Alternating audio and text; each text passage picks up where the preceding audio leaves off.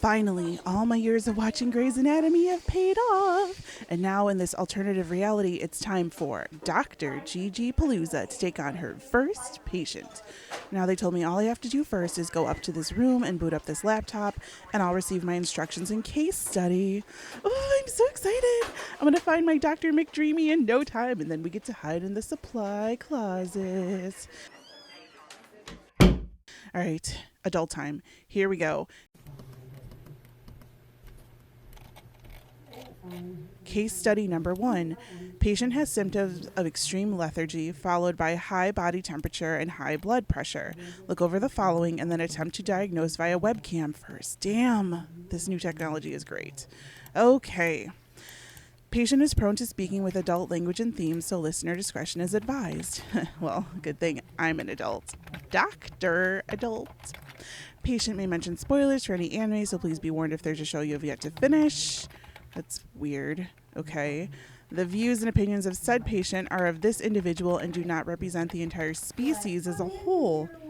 Okay, that's really weird, but oh shoot, I'm talking to myself. Okay, adult time, serious face. Dr. Gigi, you can do this.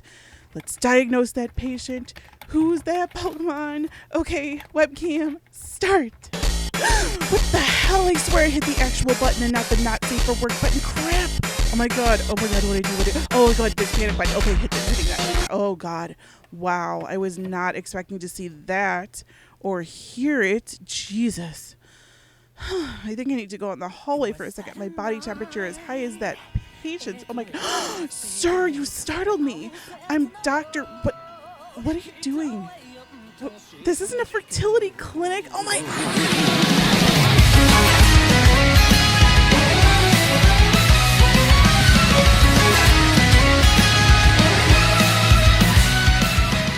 Hello, my creatures of the night, and welcome to another episode of Dub Talk, the podcast where a group of devils get together and discuss the latest and greatest in English dubbed anime. You are in for a treat right now because tonight it's ladies' night. It's ladies' night. Get your box wine out. No, I'm terrible at that song. You did it. Is that the song? That's your song. That usually. is the song. That is the song. Sweet. So take your bras off, get out your box wine. I am not. Well, I'm not wearing ready. a bra, so it's all good. Whoa! Well, Jesus Christ. Oh, Somebody baby. decided to secret slut early. That's great. Well, shit. And get ready to get ready to talk about the very first DubCast trademark title from Sentai Filmworks and High Dive, Devil's Line, the spring 2018 anime where people sometimes aren't quite what they seem, especially if they have really bad bags under their eyes. I'm joined tonight, as usual, by Stephanie, Megan, and Zenith. And how about for funsies, you tell the audience your blood type. Maybe they can decide if you're compatible with them or something. I don't fucking know what my blood type is. Yeah, You really don't know what your blood type Go is? fuck yourself. That's a bit too personal. Megan's like, fuck off, man. Megan also has a boyfriend, so it doesn't matter anymore. Like, This is true. My This blood is type true. is sugar and booze. my blood type is none of your goddamn business. My blood type is actually O, as She in actually knows. Oh shit. the big O. Did you get your blood? Did you get your blood tested on the off chance that you will meet a anime vampire? Maybe. Well, shit. G has priorities, everyone. Don't judge me. Don't judge me because I know my blood type and my kink type. There's no judgment here tonight. It's ladies' night. No. I mean, if you legit know your blood type, it means you actually go to the fucking doctor and get yourself tested for your blood work and shit. Unlike the rest of us stupid hermit heathens. Well, Too expensive. That's also I true. do get blood work done, but I don't care enough. Like I get blood work done like every 3 months, but that's another thing. That's another story entirely. Blood work. Yeah. Well, I could make a really bad pun here, but instead Please don't. I am just going to talk about the show some more. As always, we are going to be going over the main staff and cast along with our predictions for the first 3.5 episodes. I'd call it Sentai's 4. I'd call it 4, honestly. 4. I got to like a half of 4. I watched up to episode 4 because there's one character we didn't get in the first 3, and we needed to have this character. Yes. Exactly, because he's hot. But I've watched the entire dub. Yeah, Megan is a good girl. Megan is a good girl and overachiever. She watched. Megan It's is not like I had like 4 different shows to watch in the span of 3 weeks. It's all right. There's too much anime and very little time for anyone. Yes, Welcome trust. to And seasonals. And speaking of seasonals, this is Sentai's very first seasonal dubcast. This is their answer to Funimation's simuldub. There's a 2-week delay between the Japanese language broadcast and the English language broadcast exclusively on HiDive, Sentai's streaming platform. If you haven't seen Devil's Line yet, well, here's a little late night summary for you. Tsukasa is an ordinary girl going to college in a world that's not quite like today's. A very small portion of the people living, or dead, are actually devils, aka vampires. Now, before you start getting the diabolic lovers vibes like I did, these vampires are not like the ones in the shoujo trash we know and love. Hey, have you ever wondered what the chiropterans for Blood Plus would look like if they were fuckable? Congratulations. You are not wrong. That is so accurate. Oh shit. Oh god. When the they're devils- basically like if you take Eraserhead and make him a vampire. Maybe. No. I mean, that's what I think he was in, like, all the My Hero fan art. He was either that or a mummy or some shit in their official, like, Halloween merchandise. That seems accurate. Why do I want to say it was Kaminari who was the vampire and he was the mummy? I don't know, but Deku should be a zombie because he keeps escaping death. Pardon me as I go look this up for no fucking reason out of my own I think curiosity. Todoroki was the vampire. That would make sense because positive. Todoroki's an emo git. That actually would make sense if it was Todoroki. I'm pretty sure it was him. But speaking of emo vampires, when the devils transform, they turn into Buffy the Vampire Slayer type vampires instead of the sexy Twilight sparkling ones. Yeah, they're not so cute. Granted, the show is basically what if Twilight fucked Tokyo Ghoul and had a baby. The best I didn't know that this was my kink, but it is. the best summary I've heard of the show is basically Tokyo Ghoul, the poor man's Tokyo Ghoul mixed with like Twilight and a bunch of other shit. So To be fair, the poor man's Tokyo Ghoul is just the Tokyo Ghoul anime. Yeah. So to answer the question about the My Hero thing, so Eraserhead was dressed up as a mummy for that special thing, and Todoroki was the vampire. What was Kaminari? Kaminari? Some kind of devil demon thing. Oh, that makes sense because he's my favorite and I am Satan. And then we have Deku as a ghost, Bakugo as a werewolf, Ochako as a witch, Ida was Frankenstein, and then... Oh, okay. I was like, what the fuck is All Might? All Might is, I guess, a very dapper-looking skeleton. I'm surprised Bakugo's Halloween costume wasn't a trash can. Oh, shots fired. We're not starting this again right now. I'm gonna fucking kill you. It never ended. No, it never ended. Bakugo is the best. I just caught up in My Hero today. Shut your whore mouth. I can show you the world. Shining, splimmering, splendid. Tell me, Bakugo, when did you just let your heart decide? Every single day. Open your Okay. What We've been that's at in this reference for to. like you 10 wonder minutes. by wonder, over, sideways, and under on this magical Ida and Deku ride. What? Shut up, Kirishima. I'm gonna roast you, dude. The teachers can't tell me no. Let me freaking go. Shut up, useless Deku. I'm dying right now. Take over from here, Gigi. A whole new world. Stop it! You I have haven't to seen pretend- season 3 of MHA. You need but to. let's talk about Devil's Onzai. Line, where there's a lot of fucking lines that make no goddamn sense. Onzai is half human, half vampire. And he saves grown in a test tube. And he saves Tsukasa from ending up in a body bag when her best friend transforms right before her eyes. And after that, is it love? Is it lust? It's definitely forbidden. Or is it Stockholm Syndrome? Yay, my favorite. It's definitely forbidden since humans and devils can't even have sex without a doctor without present. the cops watching. And devils and humans alike keep getting attacked. Can Onzai and his fun police squad protect their kind and the humans who love them? Can he keep from crossing the line with Tsukasa? And can he bone without handcuffs? Can he cross the devil's line? God damn it. That's what I just said. By the way, let Hardy onto the shit out by of the way, this this is not the fun police. David Wall is not in here, and I'm very disappointed. Look on the bright side. At least we're talking about the good Sentai DubCast. At least we're not talking about Dureku. Oh my god. I have a feeling that I would probably like that show. Here's the funny thing. I'm watching both that of show these right shows now. are the show itself is absolute garbage. But John Swayze, I fucking salute you, sir, for directing this piece of shit. It is tolerable because of you. It could be worse. We could have all been asked to watch Parallel Death March to the whatever the fuck that light novel title is that I flicked off at Oh, AD. yeah, that's right. You're like, thank fuck God. that shit. Thank God Slave we're not lollies. going there. Anyway. And instead we get the trash vampire show, because what's a Gigi show if it's not a trash vampire show? Speaking of John Swayze as directing the other Sentai DubCast, let's talk about the director and writer for this literal monstrosity. Did we have any predictions? Yes. No. No. Okay, so me and Steph then.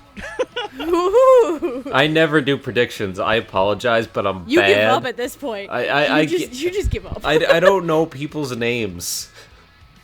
Well, there's only like 2 directors at Sentai, so you really had a 50-50 shot. No. There's 3. Really Technically, there's 3. You have a 50-50 shot and Google. Technically, there's 4, except one of them is kind of out of commission for the time being. But yeah, so 3. So my choice was Kyle Colby Jones, because this was the side of the coin that I was flipping. I also picked him for my writer because he likes to do that shit too. And now that Caitlin Barr has moved to Dallas, who else is gonna write stuff at Sentai? Oh, so she officially moved to Dallas. Oh yeah, she's in Dallas now. Did not know this. Okay, makes sense. I had 2 picks for each. I did not pick Kyle Colby Jones as director, because this wasn't the kind of material I thought he would direct, but I'm stupid and I forgot Amnesia is a thing that existed. But this was after the fact that I made these predictions. Anyway, my 2 picks, my picks for these, I was trying to see if I could possibly find people on the Dallas side who's done simuldubs to see if they can bring some of their know-how over to Houston. Although this is not the case for one of these director picks, I picked Shannon Reed as one. And then for my other director pick, I actually picked Emily Neves, because she did direct a simuldub last season, and it was that Death March anime that Megan loves oh so much. And by love, I mean I wish I could take every volume in Fahrenheit 451 him. Yeah. Shit. And then my writer predictions, I picked 2 people who have done writing for simuldubs on the Dallas side, and again, trying to bridge that over to Houston, because this is one of the first outings this season for Sentai. I had Monica Rial, and I also had Emily Neves as my writer picks. Well, Steph, you had a good try. I know, I had a good fucking try. Again, I that thought Dallas Amnesia people was a were thing gonna that come existed. over here. Well, but I mean, considering that Emily and Monica have crossed into the Houston on several occasions, I figured that would be the smart choice. But I forgot Amnesia was a thing that existed. Everyone wishes we could. That would be called real amnesia. Yeah, exactly. That's 4 hours of my life I will never have back. Anyway. But your guess was slightly futile, because the real winner was me. So Kyle Kobe Jones is actually our director and our writer. No surprise. I know. We do have a second writer. Her name is Marta Bechtel. And I'm assuming she's new. No, she's not, actually. Really? I wonder if she passes the Bechtel test. God damn it. What does that mean? It's two women sitting in a room talking about anything that isn't men. How is that possible?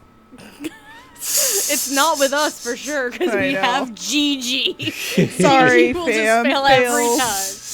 All right, so other anime that Kyle Colby Jones has pulled double duty as director and writer for, Akame ga Kill, Food Wars, and our favorite Haikyuu.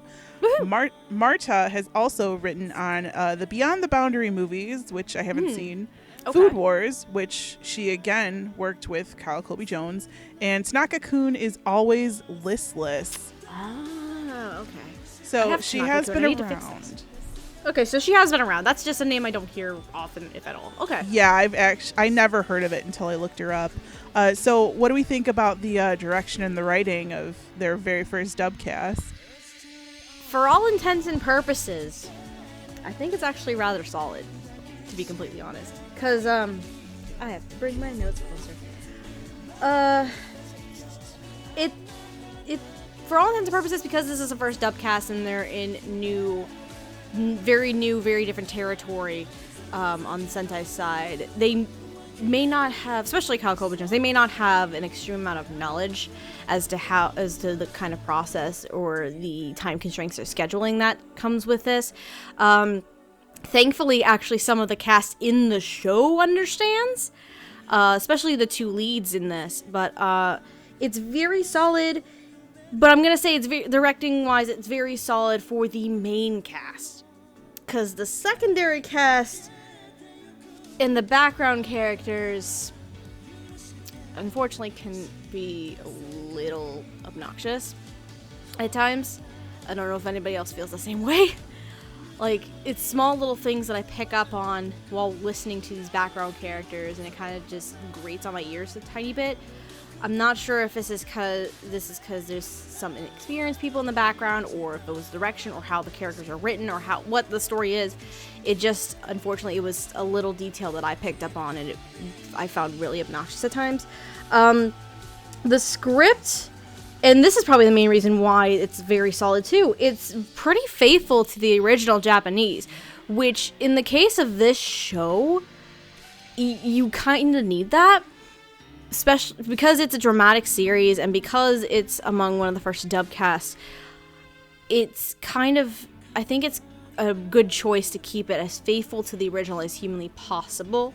Compared to Doriku, which I'm also watching that dubcast as well, where that one kind of does deviate a bit more from kind of deviates a bit, though to be fair, I have not watched the Japanese. It just sounds to me that it deviates a little bit. It's a bit more looser adaptation. But for a faithful adaptation, a faithful script, I think it actually is necessary and it works a lot better in Devil's Line. So overall, like, I like the main cast a lot. I like the script. It's just the small detail of the background characters that comes off as grating sometimes. To me, that's the only drawback I have in general.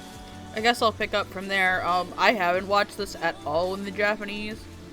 This is not a show I would enjoy half as much as if I watched the subtitled version of it. So my thing is that I think the script actually sounds rather loose for a drama show. Really? Okay. Interesting. I hate to spoil, like, phrasing and wording, because obviously you guys have only watched like the first four or so episodes. There are a lot of very liberal sexuality terms thrown around. Okay, I've heard some of that in the first 4 episodes. Okay, like, I get what you're saying. Like, I'm not gonna lie, like, there are some scenes that should not be funny as hell that are hysterical to me. Well then, I know what you're talking about. I hate to spoil this, but I had to give this to Andrew because I was losing my actual mind when I read this when I heard this out of a character's mouth. I'd like to call Devil's Line the spirit. I hate using that term, spirit animal.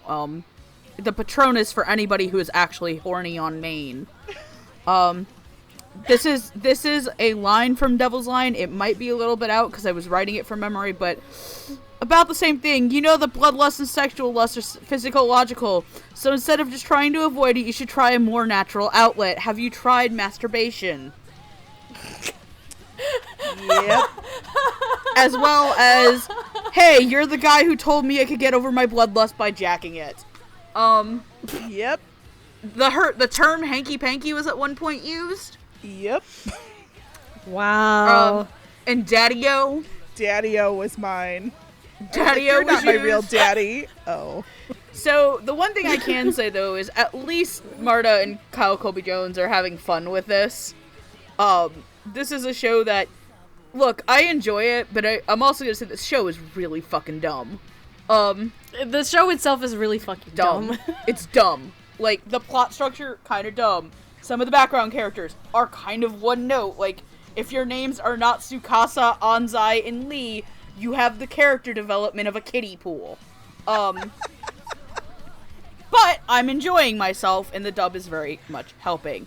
I will also agree with Steph that some of the background characters, hell, even some of the secondary cast, Yeah, at some of the times, secondary cast, yeah. does come off as very jarring compared to especially the two leads' performances, which are very much natural and very much, they're really, really good. And it just kind of feels like sometimes some of the background and secondary characters are very much like, they're a little too over the top. They're a little bit flat. There's just a lot of, nitpicky things in the background. I wouldn't say this is a bad start for Sentai dubcasting. And I'll get more of that. I'll expand on what I'm about to say more in final thoughts. I just wish they hadn't gone for two TV MA shows. This is my thing. If they would have picked, they needed to pick two distinct, different genres of shows. Yeah. I'm happy that Devil's Line is one because I do think Devil's Line is a better show than Doreiku, and it lends itself more to the strengths of somebody like Kyle Colby Jones and Marta. It lends itself better to Sentai's wheelhouse, I believe. Which, this Sentai to me kind of falls into dubbing two types of shows. Really, really dumb TV MA stuff that's edgelordy. Or they're really good at doing really, good comedy, lighter shows. Tanaka-kun, Amagi Brilliant Park, Nozaki-kun. Speaking of Nozaki-kun, you know what show I was gonna say, know what show they should have been doing? They should have been doing Tada Doesn't Fall in Love. Tada-kun Never Falls in Love. That would have been a perfect that would have show. been that would have been really good. And that would have been a really good person to stick Shannon Reed on, or put John Swayze, or honestly, I actually don't think anybody besides Kyle Colby Jones should have done the show, but I really like the show. I get that it's dumb, and I completely understand the criticisms that you lobby at it. But I'm having a lot of fun with the show. I think directing... No one said we weren't having fun with the show. We just think it's kind of dumb. No, we're having too much fun with it. Well, yeah, but I understand that it's dumb, but, I genuinely love the show. Granted, I do agree that some of the secondary cast can be a little bit one note, and sometimes things happen that is a little bit dumb. But overall, I thought this was a pretty good show for the 4 episodes that I've seen.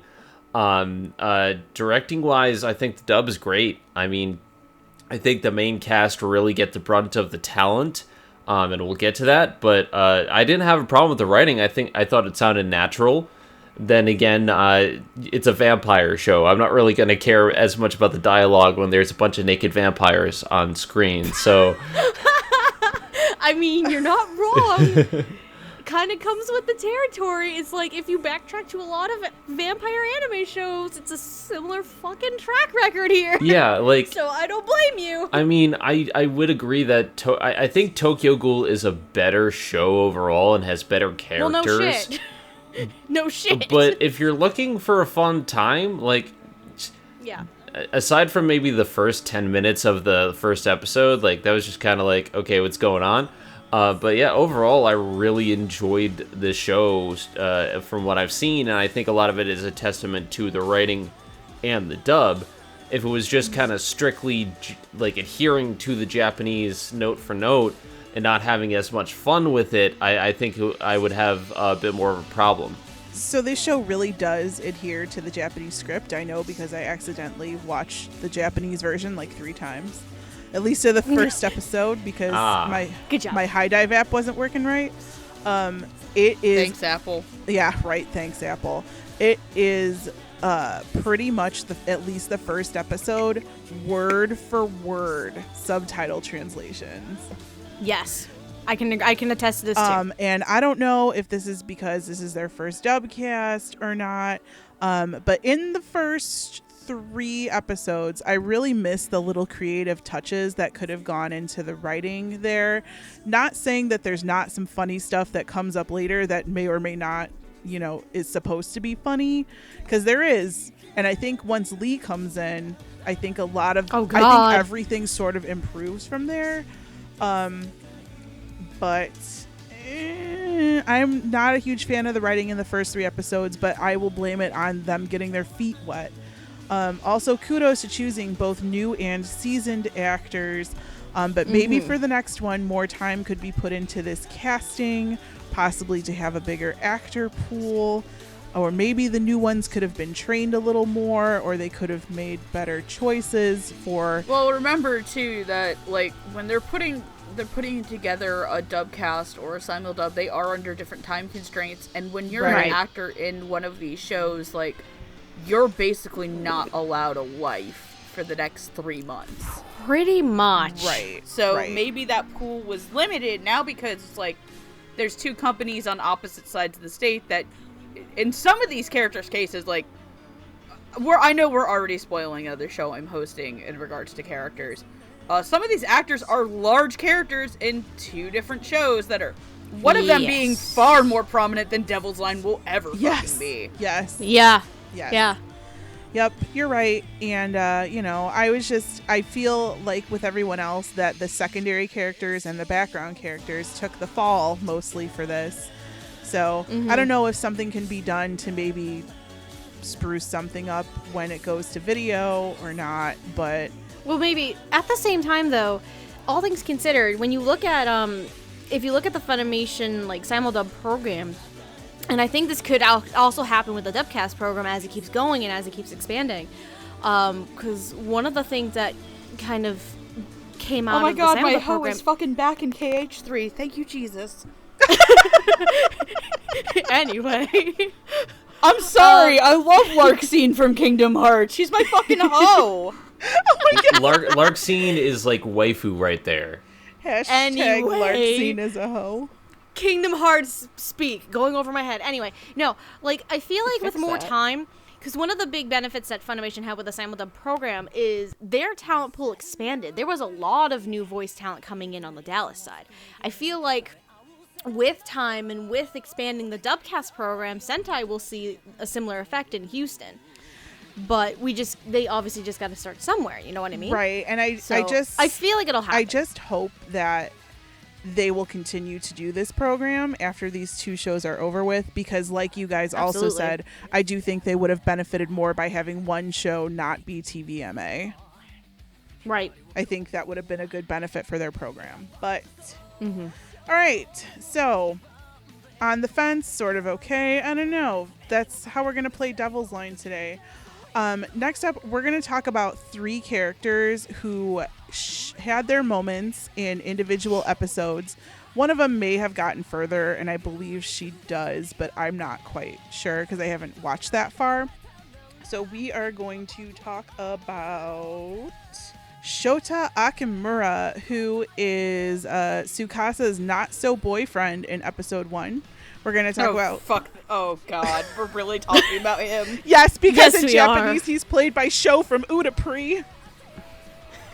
Why am I not surprised she picked him because of that? Also, the OP is sung by Ai. Well, at least one good thing from Udapri made it over to this show. And Mamoru Miyano's going to be in it, too. Oh, no, I did get to Mamoru Miyano's character. Oh, did Thank you. Yes. Oh, yeah, let's just say he's someone's daddy. Oh, no. Oh, my God, Tokia, the purple daddy, is actually a daddy now? God bless. Gigi! What? Gigi, focus. I'm focusing. We're going to talk about Keiji Ochiai, who is in episode 2, who's everyone's favorite college professor, who I'm sure is fired Oh now. god, fuck that character. And we're going to Fuck that guy. We're going to talk about Nanako Tenjo, who is everybody's favorite girl with a gun, That's the best way to explain Sniper. it. basically. So I didn't have any predictions for these 3, except, no wait, I lied. I did. I am a liar. I did have predictions. for Akimura, actually. Yeah, I had one for Akimura. I was really kind of hoping that it was going to be Bryson Bogus. Girl, me too. I have no predictions. Hell yeah. Because if Udapri were ever to get dubbed, I would want him to play Show. Just throwing that out there, Sentai. You don't have to pay me for that suggestion. I just kind of wanted him to play something that's a bit more darker, really. Girl, you gotta watch I No Kusabi. I mean, unfortunately, Well, that poor there's that. kid's stuck in Darling in the Franxx, so... Oh, God. I mean, to be fair, him and Jeannie Torano, dear sweet baby Jesus. That show. I caught up on Darling in the Franxx today. Their performances Oh, are boy. great, but that show is fucking are. awful. I've never seen it. I never will see it. I don't plan on seeing it. I'll only see it reason why you should eventually see it is when I the care. The only reason why you should watch it is the dub. That's it. That's it. That's funny. Anyway, yes, I also had Bryson as Akimura. For Keiji, our little college professor, I wanted to see Dave Matranga be mean. Oh my god, of course you fucking would.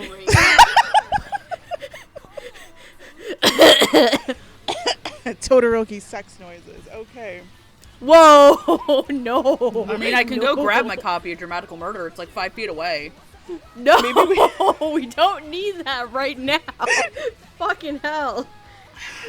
I don't want to be subjected to it again. You can subject them later, not me. I've already seen that, okay? This is what A-Fest is for. Fuck. Subjecting everyone to weird sex noises. Anyway. Did you have a prediction for that guy? Is this what I signed up for at A-Fest?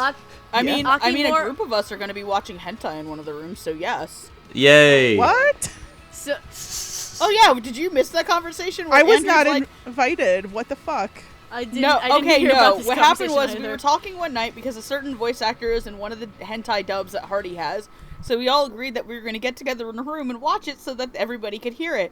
And Andrew goes, so when my parents asked, hey son, what did you do in Texas? Well, Dad, I sat in a room full of my friends and we watched porn together.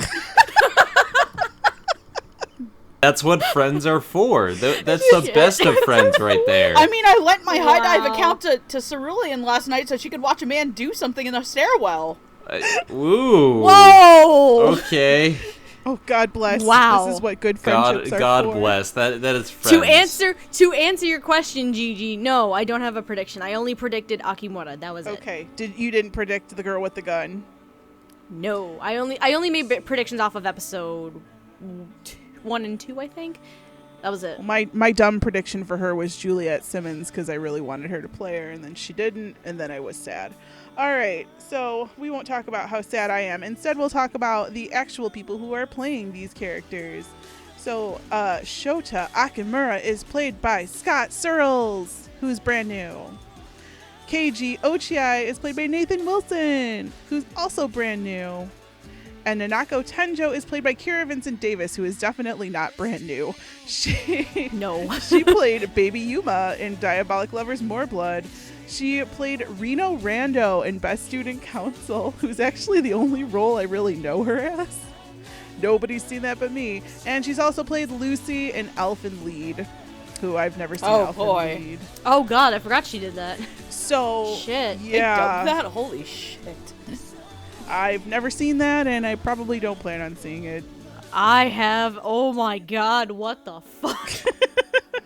I know. No. Here's the sad thing. Elfen Lied was when I was in college. It was one of the first anime that I watched when I was rediscovering anime at that period of time. Terrible decision on my part. Though I also watched Black Cat, and that was the best decision on my part. I may as well go because I actually don't have notes on these characters, and unfortunately I barely remember them because I watched the 4 episodes almost a month ago now, which very, very bad. I think, if I can remember, Nathan is a sleazeball. Very much a sleazeball, harassing Taida. Very much harassing her. Oh, dear. Okay. He this attempts is to rape her. Yeah. Yes. So, okay, I'm slowly formulating things in my brain. I'm remembering stuff now. In episode 2, where he does, like, physically and sexually assault her, such a slimy, skeevy performance. I was like, oh shit. And then Taira, when we get to her, but this is gonna be more of a comment for her, it was very believable to me. And I just was like, oh no. And then Onzai, oh god, did you want to murder that son of a bitch?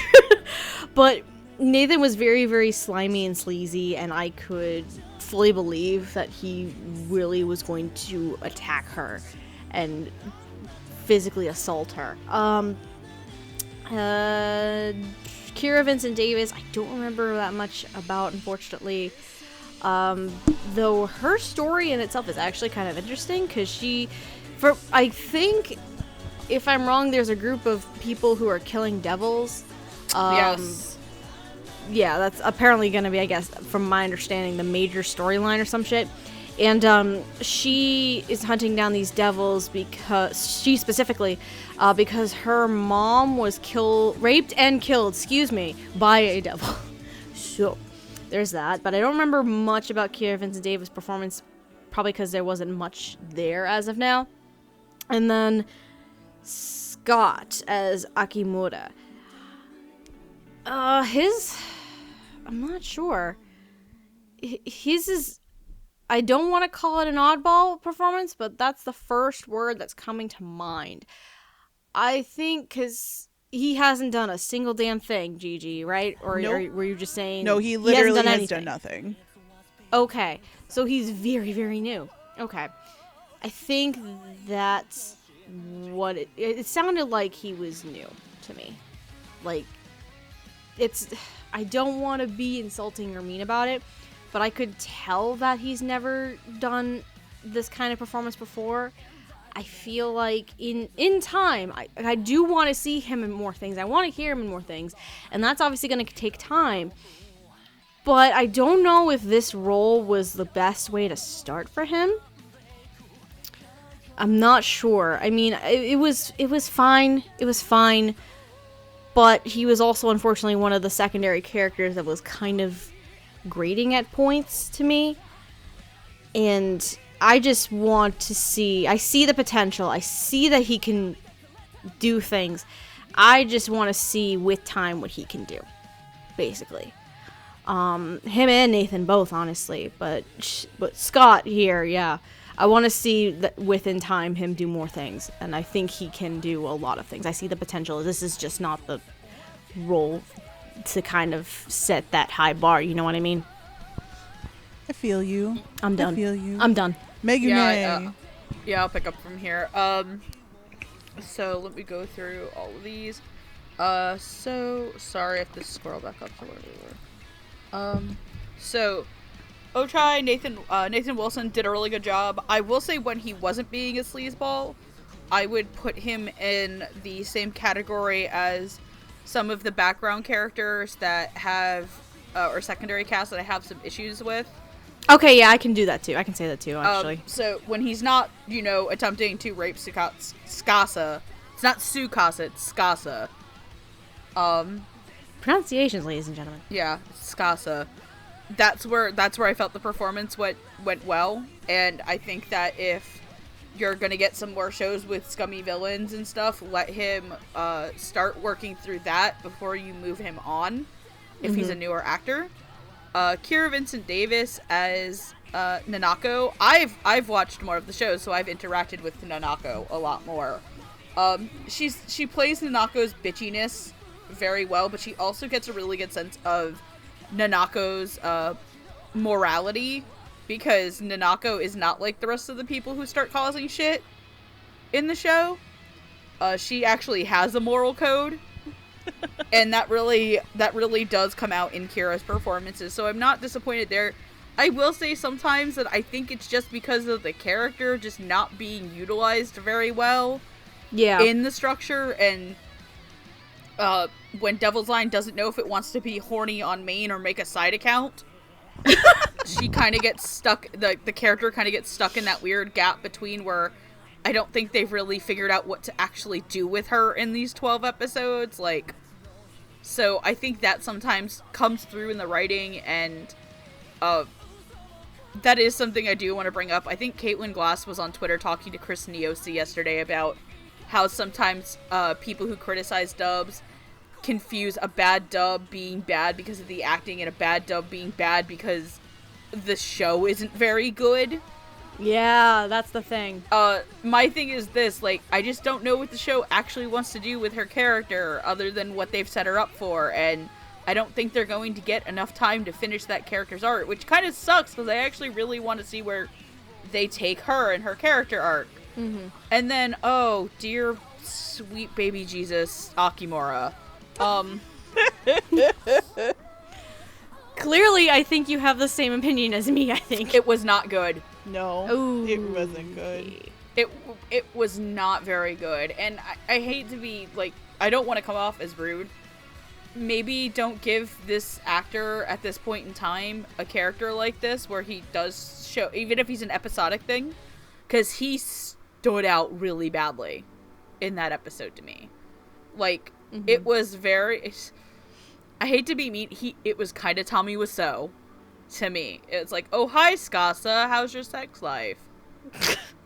And I don't think that this is a bad thing for him as a person. Like, Scott is obviously a talented enough to get into the show. Right. This may have just been a bad place to put him in, because Akimura doesn't really do much. He shows up for an episode, kind of introduces Tsukasa to this, like, whole secret world of, oh yeah, by the way, your friend's a murdering rapist because he has a thing for you. Now he's in jail. Bye. Now he's in jail. That's kind of how it That's went, all that actually. happens with him, so, like... He never comes back. Yeah, he never comes back. Ah, damn He it. has Well, not come back. surprise. Like, he hasn't come back. Like, sorry to spoil that. He has not come back, so... The show, like the point before with, is the performance bad because the actor's bad, or the performance because the dub is bad, or the show is bad? In his case, I think the show kind of screwed him over. He didn't get a lot of chances to expand on the base that he was sitting down in just one episode. So, I would be okay with Scott Seamless showing up in other shows and working his way up, because every actor has to start somewhere in this industry. Right. I just think that this was not a very good foot forward, but I don't know if it's the direction's fault, if it's a director-actor fault, or if it's just the fault of the show just not doing anything with this character. Okay, that's fair. Well, I mean, I guess I'll go next. Concerning Shouta, that's his name, right? Yeah. Yes. I keep getting Shouta and Show mixed up because it's Baby Show in the Japanese. It's Baby Show from Udapri in the Japanese, whose Seiyu escapes me at the moment. In the Japanese, it's really good. So that's when I was set up for this character, I was like, holy shit, it's Show. I was like, oh, this is going to be really good. Let's put Bryson in there because I know Bryson's really good. Yeah, the Japanese, Akimura actually is really good. That's why I thought he was going to come back, because I was like, are they Right. really going to stunt cast him? Apparently they did. Like I said, I've only watched up to episode 8, so if he comes back after episode 8, maybe, but from what I saw in episode 8, it doesn't look like they give a shit about this dude rotting in jail. Sounds like it. Yeah, it sounds accurate. I really thought Scott's performance was kind of quiet and kind of flat at first. Absolutely nothing like the Japanese, which was, I felt, full of a lot of heart at first. He has some kind of weird lilt going on with his voice that it really took me out of it. I don't know. Okay. I don't really know how to explain it other than if you listen to it and you kind of hear like a lilting kind of thing. What the fuck with the purring noise? Oh, that must have been when he was like trying to like growl in her ear, and it came off as a purr to me. And then when clearly he was trying to clearly he was trying to be sexy, like, girl. It didn't Only work. Gigi would take attempted murder as a symbol for drop your pants and bend. would. Wait till I talk about the next guy. Whoa! And when he flipped, when his eyes flipped, he legitimately sounded like a robot. It was very robotic when he flipped. It wasn't a good flip. I liked him much better when he was normal, because when he turned into that robot, I was like, are you a robot? What are you? I don't understand. I'm Devil Man. Devil Man. I'm a robo vampire. I'm a robo vampire. Christ almighty. So yeah, I really wasn't feeling this at all. Like, I would hope that in the future he will get more chances to perfect his craft and his acting ability, because yes, Megan, like you said, he obviously was good enough to get in the door and get in the show. I just don't think that this was the right place for him. As for my good buddy Ochi, who, you know, in my brain of brains, oddly, he is super normal for a professor. I was like, okay, whatever. He almost felt too young. And then when he got to that creepy moaning, though. Yeah. Girls. He had a nice flip. I thought he could have maybe even have been a little louder and a little more forceful. That may have had something to do with mixing. And maybe had gone up one more level of nasty, I would have been like perfect. But he was a good bad guy. I enjoyed it greatly. Let's just put it like that way. We'll go out into the whatever. Okay. And Nanako, this is what I wanted out of Jill's voice. This was badass, but still super feminine. Can feel the sadness behind the anger. I really loved Kira Vincent Davis' performance as Nanako. So I'm glad she sticks around for a while. Zenith. I'm pretty much with you on most of these points. Ochi, I really didn't like. I didn't even pay him any mind in the first episode. So like when he actually had like a big scene later on in the show, I was like, oh, like he is much better when he's acting this sleazeball type character. But when he's normal, yeah, he passes by your notice. Basically average secondary cast. I didn't really care for that, but I did like the performance during the assault scene because he was very skeevy, and it really worked for the voice actor. As for Scott, yeah, I'm kind of with you on this one.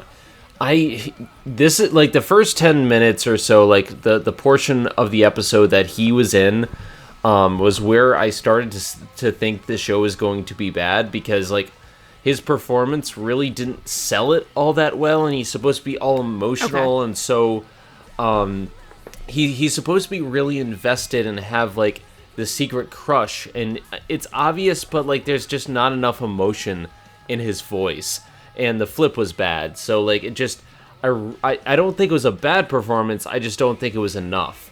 And granted, he did not have enough time for his character, but that makes sense. As for the other, she was badass. Like, completely badass. I really liked Kira in the role. Granted, I've only seen her in one episode, I believe, episode 4, but, like, she did a great job. Pew, pew. Pew. with my laser gun. Pew, pew. Oh my god, that part when she shoots him in the shoulder literally makes me scream out loud every time, because I forget that it happens, and then I'm like, ah! I was like, oh shit, okay. Yeah. All right, let's talk about some of the not-so-fun police in little Onzai's detective squad, or whatever the hell it is. So we have Sawazaki, who is like the big boss of their little group, and then we have Yanagi, who is the doctor who has to keep Onzai in check. I did not have any predictions. Drugs, for kids. Get your drugs here, Onzai.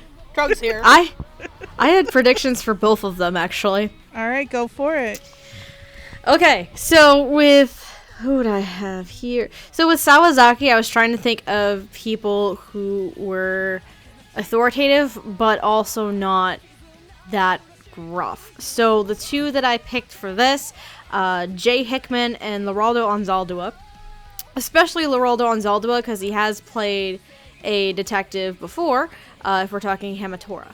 Yanagi's an interesting one, because Yanagi's not only a doctor, he We learned that I guess he's like a former Yakuza or something. What?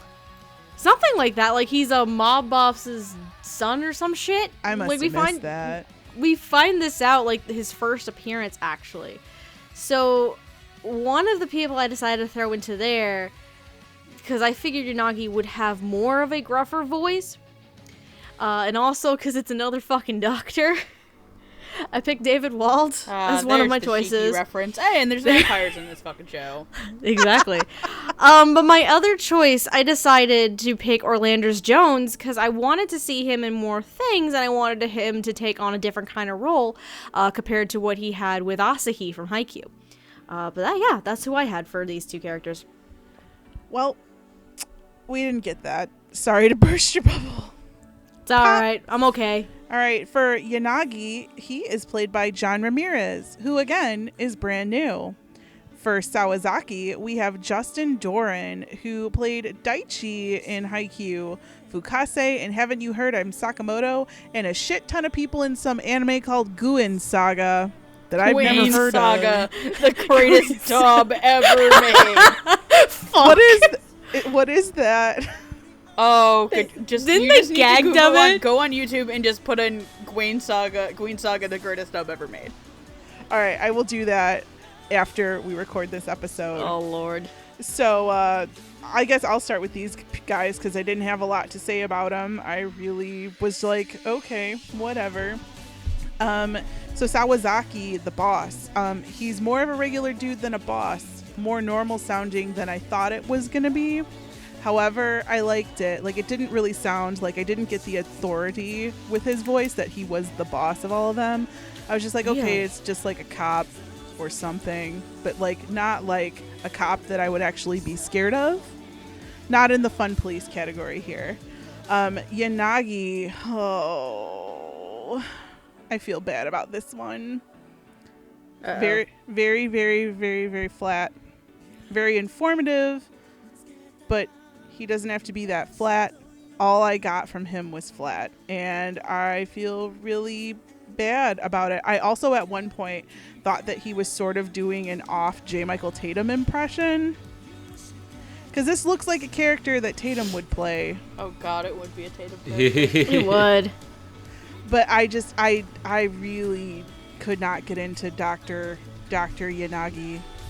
Interesting. I couldn't. I felt very flat here, and I'm sorry. But you're also new, and again, like Scott, you're learning. So I'm really hoping that, you know, as you continue with the show, when you do reboots or whatever, and maybe in your next role, that it'll be a little less flat, even though it's Captain Exposition. Because Captain Exposition doesn't have to be flat.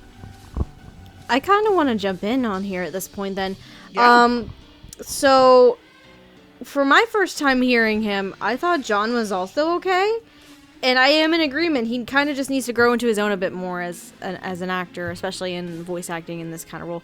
But for him as Yanagi, I thought it was okay. It was definitely, it's not a bad start. I'll put it that way. Just may not be the best place to start out as well. Same with Scott. As for Justin, I find it interesting that you said that he doesn't sound like he has that authority in his voice. Because I heard the opposite. I thought Justin was actually rather authoritative, in a sense. More of like a subtle authority in a sense, though. Because it seems like he has that authority, and he does have that power, and he does keep his subordinates in line to the best of his ability. That little asterisk I have to add right there. Because these two idiots. But this is certainly different for Justin, because again, the last time I heard him was Daichi in Haikyuu, and this is more of a dramatic role compared to the comedic one. But I can see hints of when Daichi was serious and was about to, like... When he was Dadchi. When he was Dadchi and wanted to punch a motherfucker for being stupid. I can see that cross into Sawazaki here, and it's not a bad... I think it's a really good transition, honestly. I just found it weird that Gigi was saying it doesn't sound like he has authority. I just think he sounds like he does have authority. It's just a bit more subtle. Yeah, I think I was expecting a little more like gruffness and a little more like I'm a super badass mafia devil boss. And I just got, not that. But it was still, I mean, I didn't hate it. Mm. No, I just think it's a different kind of authoritative kind of tone to him, which for Sawazaki I think he kind of needs, because he does have sympathy towards Onzai and Jill, despite being their boss and despite knowing that they're devils. I think he does have sympathy and empathy towards them, which I think is exactly what Sawazaki as a character needs in this case. I think both of them are just okay. I mean, like, they are good characters, and I think they're okay voiced, but they didn't really stand out to me that much. Like, the Doctor, he had a couple good scenes, and I think the voice acting was just kind of okay. Like, for the most part, he didn't do anything to make himself stand out, but there was nothing that was too bad, so I can't really criticize too much. It's just like, it was a their performance. As for the boss, I mean, it was kind of the same. Like, I do agree he has a little bit of authority, but I think he needs more. Like, he did when Onzai stands out more as a gruff, like, hard ass, like badass. That's a problem in my opinion. I actually have the opposite problem. I have the opposite opinion on Sawazaki, in that if he stands out more than Onzai, then that defeats the purpose of Onzai being the main character.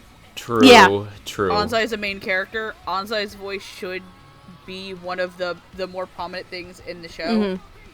And by prominent, I mean prominent in a good way, not prominent in a bad way. Right. That being said, I will agree a little bit on Yanagi. I think that there are times where Yanagi just stands out in the way that I don't want him to. I think it's just because that character literally does nothing but exposition dump. And he exposition dumps a lot. And then there's another Doctor character that comes along who is an older man and has a funny little has kind of the little old man voice that's a little bit also hippie-ish. Yep. But and the thing is that he sounds really natural in every scene he's in. Okay. And to me, Yanagi sounds a little bit unnatural. Like, sometimes it's... I keep on calling it the Junie Tyson problem. Where it feels like there's somebody sitting on a stage with the spotlight reading and monologuing. Where that doesn't always work really well in anime when you're not supposed to be. When you're interacting in another scene, talking to another human being. Okay, I can kind of hear it now. I'm remembering this. So... I now that you say that, I would not be surprised that John Ramirez has previous credits probably been a stage theater. actor. Yeah, I would not be surprised. I'm not saying it's a bad performance, like it's an awful god performance. I think it's kind of okay. I actually really like Justin Dorian as Sawazaki. I actually did not know that was Daichi from Haikyuu, and I really liked that performance. I like it here, and I like the fact that he does sound like an everyday person, because that's what Sawazaki is. He's just a normal guy on a team full of devils. And a doctor and a doctor for some place called Onlo, which is pretty shady at this point. Who's, like, has to put up with Jill's horny-ass stupid shit, and Onzai being reckless. Fucking Jill. Oh, Jill. And Onzai being kind of reckless. So, the fact that he's not, like, super authoritarian, I feel like if you made Justin Dorian play Sawazaki too over the top, you'd lose the point of why Sawazaki is there as a character, in my opinion. So I think the performance actually works really well, and it's good that it's actually kind of understated as opposed to a lot of the other people around, especially Onzai, Tsukasa, and probably Hans. Probably. Honestly. Like, I mean, all things considered, it's like the best way to describe it, and this is for dubbing in general, and the best person who actually said this while we were at AB was actually Christopher Bevins. It's like a puzzle. You're trying to cast this and put the pieces where they should and make it flow. And personally, I think Justin is perfectly fine here. Like, if you compare him to how he plays off of Onzai, to how he plays off of Jill, it works. Because also it's funny that he's also Daichi. Sawazaki kind of comes off like their dad. Yeah, it's true. And it works. It's true. Because Sawazaki, and here's the thing about, like, Sawazaki needs to also come off a little bit more understated if he's going to pull some shit later on in the show as a big twist. You don't want to, I'm not saying if the show does, but if the show wants to go through and use Sawazaki as a twist or something, having the character and the voice be a little more low-key than your other players that are also I think he's like one of the few humans that is just a normal fucking human. Yep. In the show that's around. I feel like if you force him to play up any certain aspect, you're losing the point of that character. Yeah. But I just also really like it. So Well said. Well said. And speaking of things that I know you're gonna like. Is it like no, it's not time yet, damn it. I like half of this group.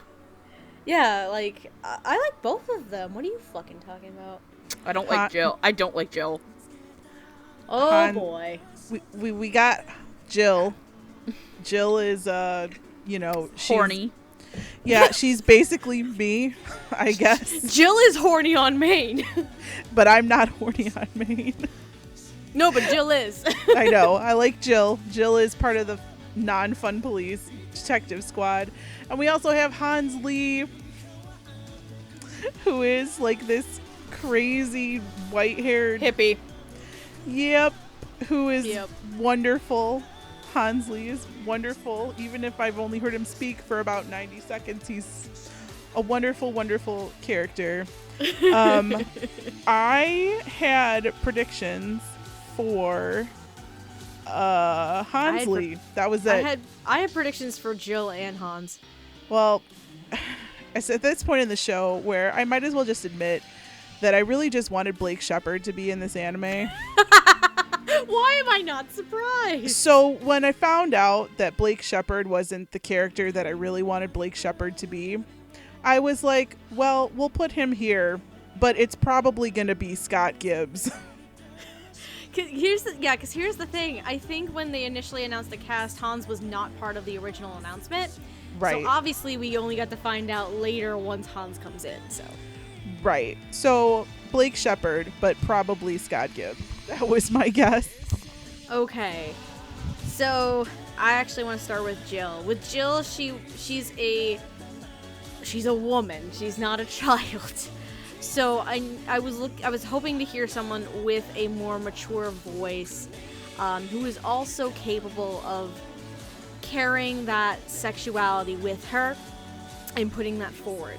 So I had Joanne Bonasso and I also had Lucy Christian.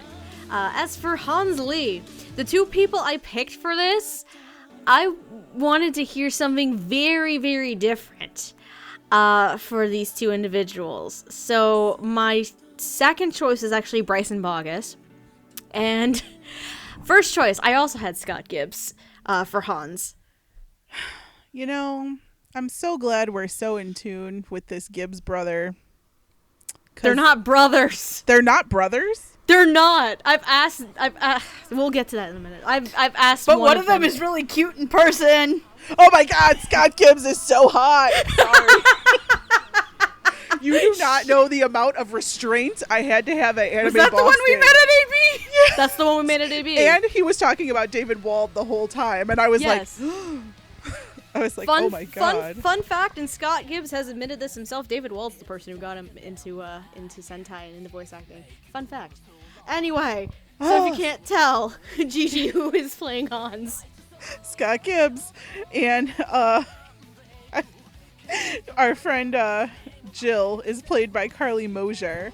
Carly Mosier, you may also have heard her, or at least I have heard her, as Ai Sunakawa, as Suna's sister in My Love Story, as Toko Fukawa in Danganronpa 3, and Kimigiku in Hakuoki, which I haven't seen, but I think she's like the only girl in Hakuoki besides like one other. And then Scott Gibbs, he plays Tobio Kageyama in Haikyuu, Satoshi Ishiki in Food Wars, and what most people know him as Sora in No Game No Life. I fucking hate Jill as a character. She's so obnoxious. I'm sorry. I hate her. I hate this character. She does nothing for me other than be horny.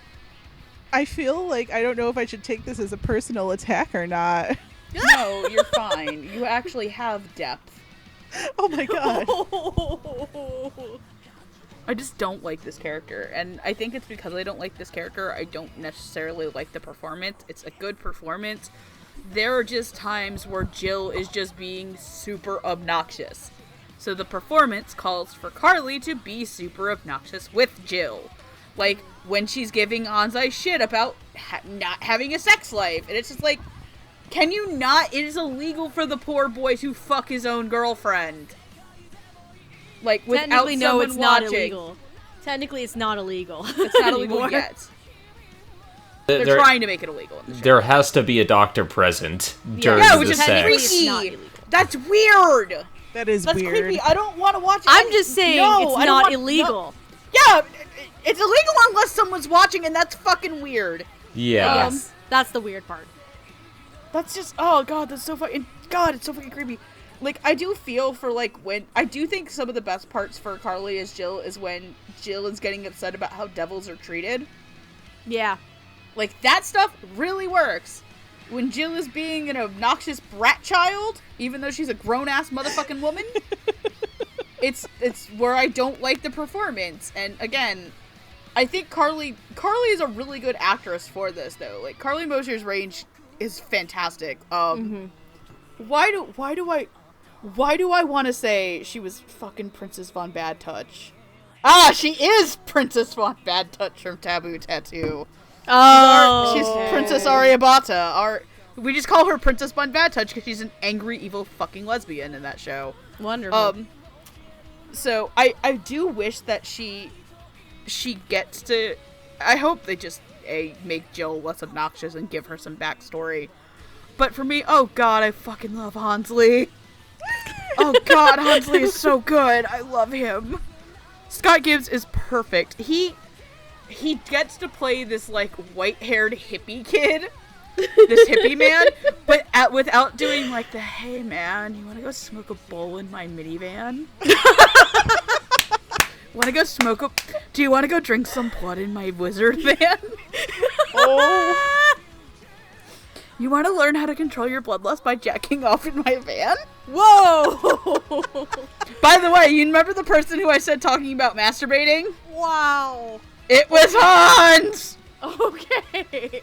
That's gonna be an interesting scene to And he watch does it now. so well! I find it funny that a character named Hans talks about masturbation. God damn it, Zenith. I don't get it. Oh, He's using just his got it. Hans. He's using his hand. Oh my god, that was... Fucking hell. When did Andrew get here? Andrew's not a girl! And me. Shit. Anyway. Oh my god, fuck, that was so... Zenith, that was awful! Zenith, that was bad! Go to your room and think about what you've done, no dinner. I'm taking away your Kingdom Hearts. My work in life I'm is putting done. What? My work in life is done. It has built up to the worst pun I have ever made. Congratulations, you made a pun about a guy named Hans jacking it. How do you feel? Please stop, I'm dying right now. Oh god, we broke Steph. Insert the music. What was fate? Scott Gibbs being Hans Lee, who is essentially the world's greatest wingman for God Tsukasa. bless. He is both Yuki and Onzai's wingman, which makes him the best character in the show. Hold on. You mean Onzai and Tsukasa? Because it's Yuki Onzai is his name. Oh, whoopsies. Well, Yuki. Anyway, no. So, I do think they're both good performances. I just wish Joe was not as obnoxious as a character as she was. But God, I love Hansley. Like, if this wasn't such a stacked year in drama, like, if this was legitimately not one of the most stacked years in dubs already, I would put him on my short list.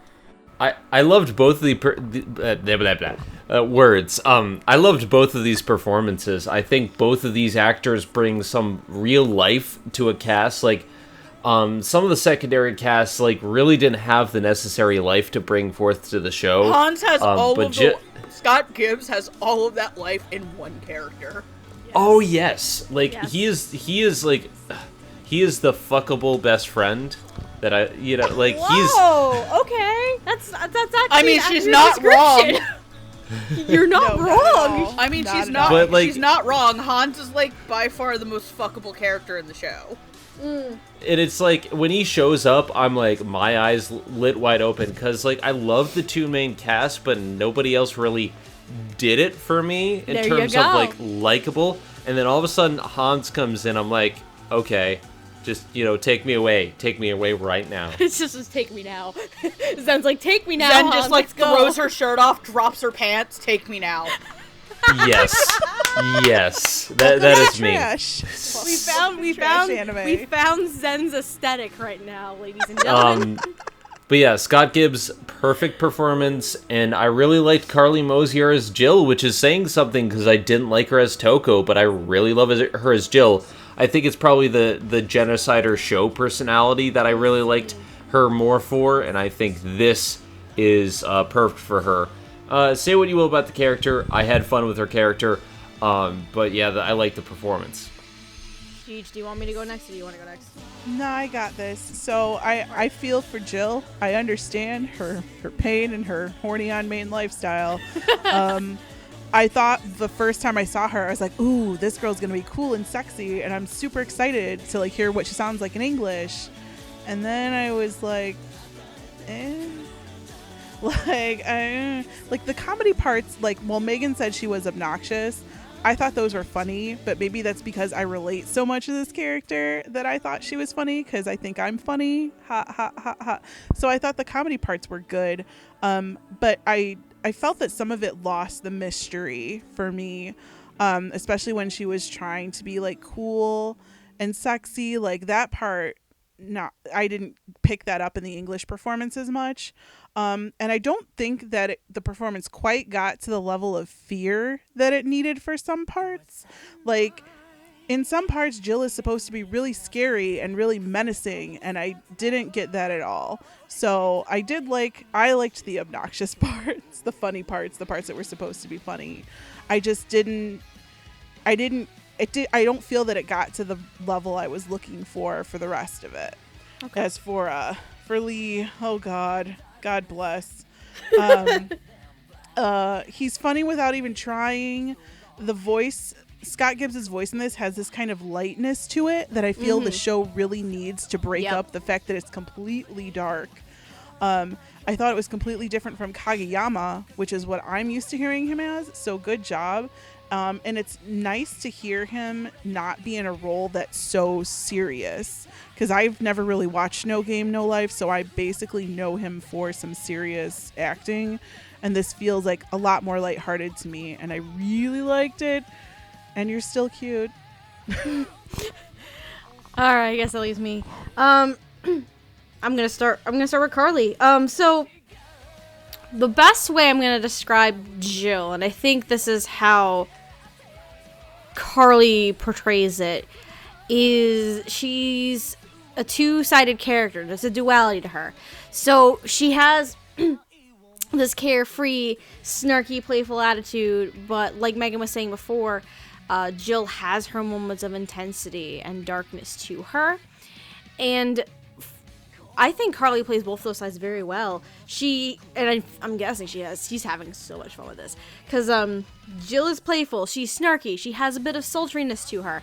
And I think it blends rather well together, but the biggest props to her are those intense scenes. The one in particular, because when Megan brought up those intense scenes, the first one that came to mind was when she interacted with the restaurant owner, where she smells blood on the restaurant owner because the restaurant owner tries pinning the death of one of his employees on a devil that works there because he is a devil. So just her intensity in that moment, confronting this guy, like, why do I smell blood on you? And all this stuff. I think that, like, that scene, it was Oh, I loved it so much. And so I think Carly's having a fun time with this role. Can Jill be obnoxious sometimes? Jill as a character? Absolutely. So that unfortunately means that Carly has to be obnoxious as a performance, unfortunately. But that's a detriment to Jill's character and not Carly. As for Scott, I've said this before. I'm usually not a fan of Scott in dramatic roles, and I prefer him in comedies. My, how things have changed. Well, to be fair, he's like the lightest part of the show. He is. Oh, he yeah. is the lightest part of the show. Because with the first 3 episodes, it's very intense, it's very dark. And then you bring in episode 4 and Hans appears. Hans as a character is a breath of fresh air to break up that monotony, like Gigi was kind of saying. And how Scott portrays it is fantastic, because he plays it as a very carefree individual who's also rather blunt and nonchalant at times. Like, it's very interesting. And an interesting fact, too, that we learn early on is he is also half human, half devil, similar to Onzai. Grown in a test tube. Boop, boop. Born in a test tube. So that's going to be an interesting... Again, I've only seen episode 4, so that's going to be an interesting dynamic between the two of them. Clearly, based on what Megan is saying, it's a very interesting dynamic between the two of them. I'm just saying that the preview for the next episode at the end of episode 8 involved baby Hans. I'm just saying. Oh, no. And I saw torture objects. No. Oh, no. No, baby Hans. No. But, my big thing with Scott is I really, really wanted him to play a different kind of character. Because the ones I'm used to hearing him as are Kageyama, his character in Food Wars, and Mikorin from Nozaki-kun. And I've only seen clips as him as Sora from No Game No Life. Personally, I wasn't the biggest fan of that. You saw him act out Sora in person. This is also true. The night where we just took all of High Dive's stuff. To which I still need to actually watch No Game No Life, because I think just the clips of him that I saw is not a good indicator and not the best judgment call for me in terms of his performance in dramas. But him as Hans, it's such a breath of fresh air to break up this monotony of a show. And I think Scott portrays Hans very, very well. I really love it. It's probably my second favorite performance of the show, aside from Onzai, which we'll fucking get to, and 'cause reasons. But I really enjoy Scott as Hans, and I think Carly's having a lot of fun as Jill, and I really enjoy it too. It's just unfortunately she also has the unfortunate circumstance of being obnoxious for the sake of the character. So. Before we one thing. Sorry. Nope. Go ahead. One thing I did want to bring up with Jill. You mentioned her intensity in that doctor scene, when she's talking to the store owner. Another scene where I really liked her was when she started the fight in the alleyway. She's like, "Well, I'm a devil too. I'm on this force." Yes. And when she's confronting she goes Onzai. badass. Yeah. That was Like, also good. That was really good. I love that too. When you brought up the doctor scene, that was the scene where I felt she could have used more intensity. So different strokes for different folks, kids. Probably because you relate to Jill on a personal level. I do. That you wanted that intensity. And speaking of stroking, episode 8. I was gonna split these two up, but we're not gonna anymore. We're gonna put them together because they're together in the show. Let's squish them together like the lovebirds they are. Tsukasa and Onzai, the leaders of the pack here. Tsukasa is our main protagonist. She's our Bella. Girl. She is Bella. And okay, wait, actually, that's an insult to Tsukasa, because Tsukasa is far more competent than Bella Swan. It's very true, actually. More competent than Bella, but like both still the same, like, I would not be attracted to them in any sort of way. I don't know. I wanted cuter Tsukasa. I wanted a cuter Bella. My heart, it weeps. And then we have Onzai. She's better than Yui from Diabolic Lovers.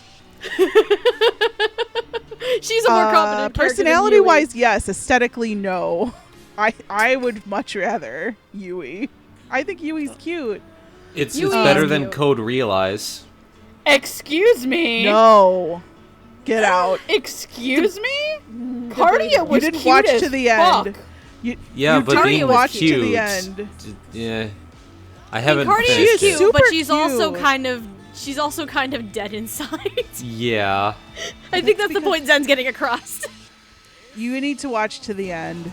I That'll do. That'll change your Oh mind. yeah, you need to finish the show. There you go. So, Tsukasa, I had one prediction, and much like Blake Shepard, who I wanted as Onzai, who when I saw the poster for Devil's Line, I said if Blake Shepard doesn't play this dude, I'm gonna fucking combust myself.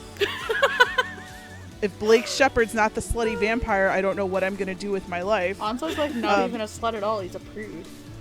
I know, I didn't even know that though. I just looked at the poster. I had no That's idea true. what this anime Fair. was about. I just wanted him to play the vampire.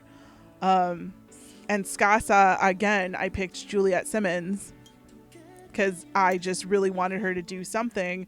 And she actually is in this anime, I believe. We're not talking about her, but she is in here. Was she the? So, is yeah. she the best friend? She is the best friend. She is the best friend. Ah. Yes. So I also had predictions. I had 3 for Onzai, 2 for Tsukasa.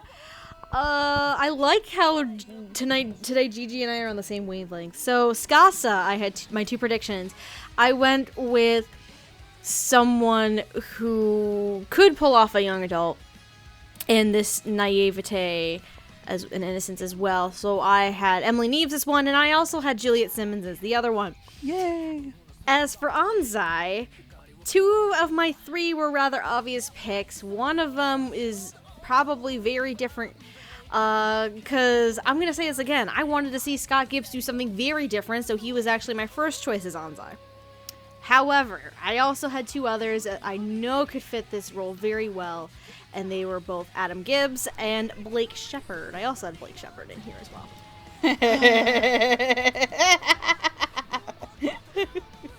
Oh, I love watching Steph suffer. Fuck you! Fuck you! We're not starting this conversation again. Oh, I get to do this to you twice this season. I'm so happy. Oh, Yes, you my do. God. Why? Well, not so much on the suffering, but Tsukasa is played by Lucy Christian. Did anyone really see that one coming? 'Cause I No. didn't. No, actually, I didn't. I really didn't, because I don't know where she is. So I was like, oh, so you can, okay, that's good. And then our good boy Onzai is played by Adam Gibbs. Whoop, whoop. Dun, dun, dun, dun, dun, dun, dun, dun. Why are we doing this? Because I am an evil bitch. Steph was she was You forget the part where I've said this before. I don't have a crush on him, guys. Are you just- sure? I just enjoy him as an actor. Is that so bad? If there's a I mean his voice is hot. I guess You are that's correct on that already one, Zen. But I don't have. You are correct, No Zen, on voice that one. actors But I do not have a for the crush on him. implication.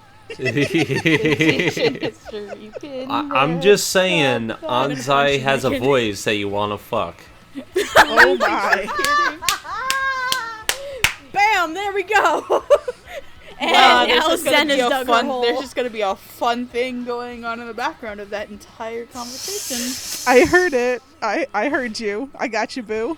So, Adam Swear Gibbs. to God, if- Megan, I'm gonna kill you. You're Adam gonna have Gibbs. fun listening to this later. Yeah, I'm We've gonna fucking murder you. We've talked about him several times before. Adam Gibbs has played Shinichi in Parasite, Sugamama in Haikyuu, and my least favorite performance in Diabolic Lovers More Blood, Vanilla Boy, Vanilla White Bread, Ruki, Mukami. Boo! I will fucking fight you two. I will Fight me. fucking fight you. Bryson Vegas, Giant- West Boy, and Diabolic I- Lovers More Blood. I like my vanilla guys. Leave me the fuck alone. So how do you feel about Onzai? Because he is far from vanilla. I know. Anzai is like, oh my god. Far It's like- from it. Like oh chocolate my cherry down into fuck. hell with I Oh chili. my fuck. I really want to do that live react. Anyway. Okay, we're gonna do anyway, it. We're gonna do it. Anyway, what about Giggity. Lucy Christian? What about Lucy Christian? Lucy Christian has played Duck in Princess Tutu, Ochako in My Hero Academia, and Beatrix and Baby Lighto in Diabolic Lovers. All right, Mom Chan, Will you please? I have to go first? Because Because you earned I am it. calling you out. Can I go No. last and then you call me out? No.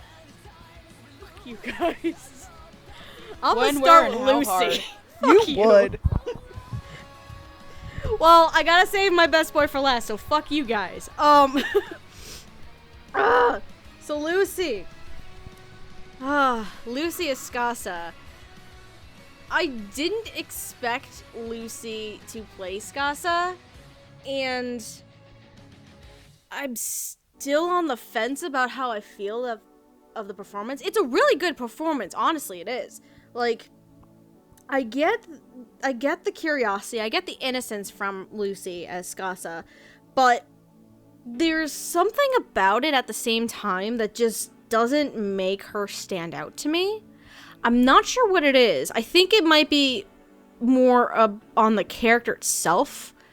The character of Tsukasa kind of just... I don't want to call her a doormat because she's more competent than that. Or a freaking wood board or a wet noodle because she's more competent than that. But there's something about Tsukasa as a character that I feel like doesn't bring out Lucy's potential as an actress, because I've seen Lucy do so much better, so many better performances than this, but unfortunately it's a detriment that Lucy is under the constraints of Tsukasa as a character. So for the character themselves, it's a good performance. It just doesn't stand out to me because Tsukasa also does not stand out to me as a character. I fucking hate you all so much. So, It's moments like these that I live for. because you fucking tease the shit out of me when I tell you I don't have a goddamn crush on people. Fuck. Alright. Fuck. Look at how mad she is right now. I am very mad because you guys keep thinking I have a crush on Adam Gibbs, but I don't. The only thing that I Steph don't know actually why. has a crush on is her job. This is No, true. I don't. I want to dump my job so fucking bad. The divorce pending, Steph versus her Divorce job. pending. Oh, so do you have a Shit. small pink friend that you keep in the sock drawer? Oh god, did she leave? Wow. Am I wrong? Did not think you are so wrong. Wow. Fuck. Good night, everyone. Oh, there's so... Oh, God, I'm feeling so much better now. Fucking hate This is a you. fantastic recording. Man, I wish I wouldn't have God. thrown that razor out. I would make the sound effect again. Well, I mean, this show is TVMA, so why the fuck not at this point go TVMA on this? It's a Anyway, ladies' night. What the fuck Adam do Gibbs is people on expect? side. Holy goddamn! Shut the fuck up, guys. So here's the thing. Onzai is typically the kind of character you would normally see Adam Gibbs play. Like, bar none. There's quite a few roles that are similar in There are Adam two. Gibbs' He's repertoire that playing he has literally done. the same character in two different shows, and they look Yes. alike. Yes! Yep. He's playing two emo cops this And they season. look How alike! the fuck did that happen? No, they look almost exactly alike. It's terrifying. It's very terrifying. And when we get to the second emo cop later on, holy fucking shit. But I'm gonna say this now, and I'm gonna say this when we talk about his other emo cops for this season. They are the same kind of stereotypical character Adam Gibbs plays. However, there is a difference. In the case of Devil's Line and his other character, there are two switches that have to be flipped. Okay? With Oh Onzai, my God, they fucking. Oh shit, Jesus Christ! the I just true- realized that. the true test that Adam has to portray with Onzai is a switch to more primal instincts, to much more primal, hungry survivor instincts. As Onzai, you shut the fuck up. You know it's true. No, I agree, but I'm laughing because I know certain things in context that you don't yet. I have to catch up after we're done with this. Oh no, we're doing this together. I want to hear this. Oh no. So for a good start of the show, and this is actually the first note I wrote about him. The true test for Adam is going with those primal instincts. The true test, and otherwise, it's exactly how I pictured Onzai to sound like. When we get to particularly the end of episode 3 and going into episode 4 especially, that's when that switch is flipped, and he goes full primal, and holy fucking shit does he go full primal. And that's when Steph dropped her pants. Can I finish? Nope. Well, I can assist you in that. Whoa, no. I'm sorry, Roots, we're trying to make things short and sweet. Shut the fuck up so we don't have to stay here forever. You gotta record something else later. But when that switch was flipped, Adam just... Oh, lordy. I had never heard Adam go full goddamn primal ever, and it just worked. It worked too good at times. It's, I think I had another note somewhere. No, I didn't really have another note anywhere. But, goddamn, holy shit. It's exactly the kind of performance that I expected and then some. Because, again, typical, normal Onzai is exactly the kind of character I normally hear Adam Gibbs play. But when that switch is flipped, that's the challenge for Adam, is portraying a primal side, because this is something I've never seen or heard from him before, and it worked so well. That's what makes this performance different. And when we talk about other emo cop, I'll probably bring up this discussion again, because it's gonna probably fucking happen again. But I don't get to make as many bad jokes during that one. No, you don't. Because the character he plays in the other show is similar, but when that switch is flipped, it's a different kind of performance. When that flip gets switched, you just want to start crying. Yeah. It's a different switch. Exactly. It's a very different switch, and that's what makes the difference. That's what makes these two characters in the same goddamn season very different. Even though fundamentally they are literally the same fucking character. Yes, fundamentally they're the same character in two different shows. But when those switches are flipped, they are two different things. In the case of Onzai, it's a very primal, instinctive kind of switch. And I think it's... No one's going to be surprised when I fucking say this. This is my favorite performance of the show. Bar none. No one's going to be fucking surprised. No surprise. But it's everything I wanted and then some. He passed the test. He passed the switch test to me. So I'm as silly and dumb as this show is. I'm gonna keep. Steph just keeps digging herself a euphemism-based hole, and it's hysterical. This whole conversation, phrasing, Lana. Can I go next? Yes. Please. Okay, so I said before that Hans was the real big breath of fresh air for me for the show. Right. And there were 3 characters in this show that I thought were perfectly acted, and the main leads were perfect to me. Mm-hmm. I think Tsukasa and Onzai were perfectly cast, and they made this show for me because I loved their romance together. Their performances sold every second for it. But I mean, who doesn't want to fuck Onzai? That voice is just, it's... I like how Zen is being dragged down with me, it sounds like. I feel like I'm just watching you two fall into that pit from 300, and I'm just laughing. I hate you. All I'm saying is that, really these performances for me made the show. Because you're right, there are problems with it. There are certainly problems with just the script in general, not from the dub side, but from the show side. And if it wasn't for these performances and the relationship between these two characters, I probably would have stopped after episode 1. But I like these guys, and it's really a testament to these performances where I care about Tsukasa. I care about her a lot, and normally a lead in this type of show, I wouldn't. And Onzai, just fuck it, take me now. Just dear God. I love this character. I love the performance. It's sexy. That's the word for it. That's It the is thing, sexy. yes.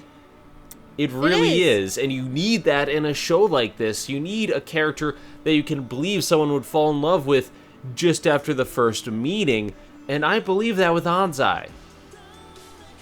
Yeah, I believe it too.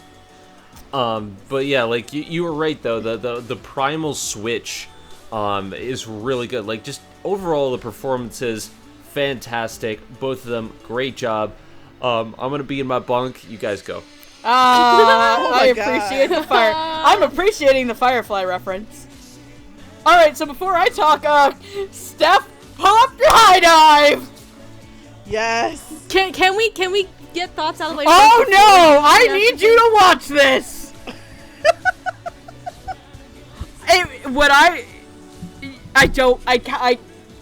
You know what? I will say my piece, and Gigi will say her piece, and I will finish saying my piece after. Okay. Sounds fair. So I want Because to. I know what's coming. Gigi. Oh. Phrasing. Oh, this is. Oh my god, I'm fucking. Do I dying. have to? If there's a way that Steph can share her screen so that Zenith can see it. Because my thing is, I don't want Nobody the is audio we allowed picked to up finish. in here. I really don't. Yes! Let me talk about Tsukasa. I love Lucy Christian as Tsukasa, actually. As somebody who's gotten to watch her character arc a lot more, yeah, does she get kidnapped a couple times? Too many. She also tases a dude in the dick at one point, so. But no, I like that the performance is very comforting and warm, which really works for Tsukasa's character. And like Zen said, if the main two, especially in a show where the romance is very much at the forefront of what is the crux of the show, if your two leads are not believable in the slightest, it will fail your show. So I'm really happy that Lucy Christian is on her A game for this performance. Like, this is not an Ochako or a Duck. This is very much. This is probably one of the more mature Lucy Christian characters I've seen her play. Not in the sense of like older woman voice or like old lady narrator voice, like from Kami-sama Kiss or Okami-san and her Seven Companions. Yeah, thank you. But she's playing an older female character, and she has all of those wonderful young qualities without making her sound childish or infantile, which the show could have, if the performance goes a little too much in the wrong direction, this character does become like an infantile toy that Onzai gets to save, and she doesn't have any of her own real agency. That's one of the things I like about Tsukasa, is at one point Tsukasa just straight up yells at him and is like, "You're not letting me help you, you asshole!" And then, Adam, as Onzai, you're such a bean. You're such a good He's such a bean.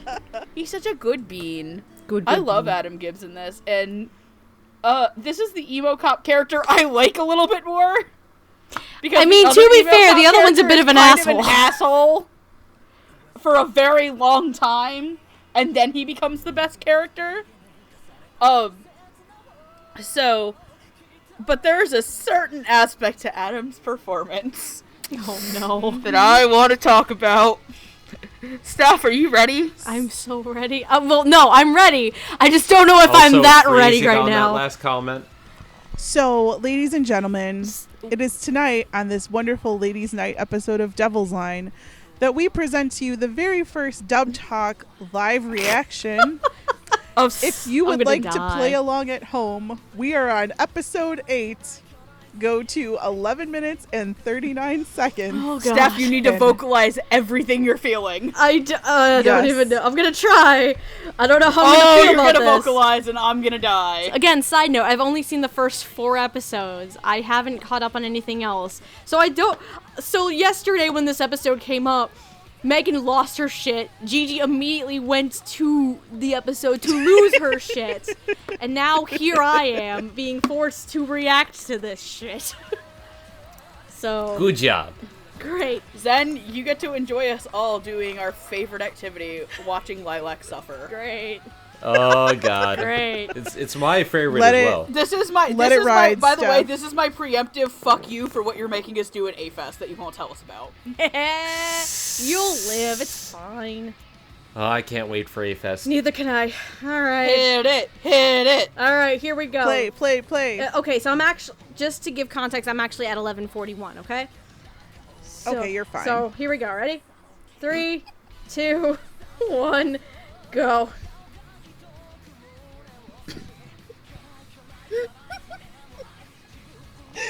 Enjoy some hanky panky. What?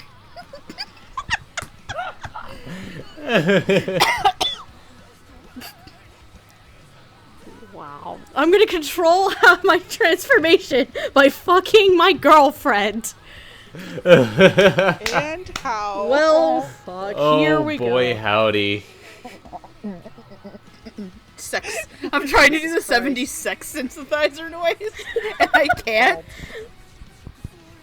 Oh god, the dogs are gonna be next door. Shit. Okay. Watching. Waiting. Commiserating. Don't worry, Onzai. Oh. If you're getting too hot to heat, we're gonna come inside and stop you. Oh God. Don't And be you stupid. said my pun was bad. No, shut up. Hold on. So this is about transforming while having sex. Okay. With bondage tools. Wait, what? Oh god. Hold on. I haven't gotten that far. Shut up. There's a video feed? Oh lordy. Okay. Tonight on Dub Talk, Lilac discovers what a certain fetish is. Does she have it? Stay tuned to find Can out. we please keep it offline? Oh lord. Let the kink shaming of Gigi begin. Oh God. Says no. the woman. He blushing. He be blushing. Oh no. Says the Oh God. May I quote that this is an actual Gigi quote? He looks like he's gonna kill me in my sleep, and that's really hot. No, okay, nail protectors? Wait, what? Guess Onzai's not using his fingers on Tsukasa. Wah wah. They're finger condoms, so it's safe. Hans is taking away his hands. Oh lord. God. Safe, Wow, safe okay, sex, so ladies the and cups gentlemen. are on and Onzai's all for it. What the shit? Oh God. Oh God. And here's about where I died. Oh lord. Well, Onzai is a cop. That is standard equipment. I got You're under I'm sorry, I arrest. hit you where you This got is a shot. No, vampire it's fine. Now police. let me take my shirt off so you can see that I am fine. Oh lordy. Touch my nip. This is the weirdest fucking foreplay. It gets better. So much better. Oh boy, here we go. Lordy lord, okay. Wow. Ooh, Jesus Christ, here we go. Oh dear God. I made a weird noise. Oh boy. Am I done How all my yet? this is how all my Japanese dojins start. Am I? No, you're not done yet. No, you're not. Oh no, we'll tell you when you're done. Oh lord, here we go. When you see people in a car, you know you've gotten to the end. Oh lordy.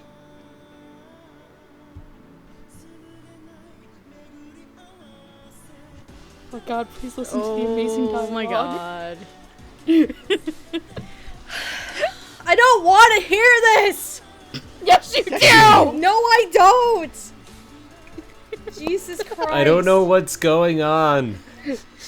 Oh, my sweet summer. We're gonna make You the can entire take group my an A. bra up. What the shit? Oh, at least she's letting it. Also, B, can we all just talk about the fact that Onzai gets her bra off with finger clippers on? Hell, I can't get my own bra off some days. Oh boy.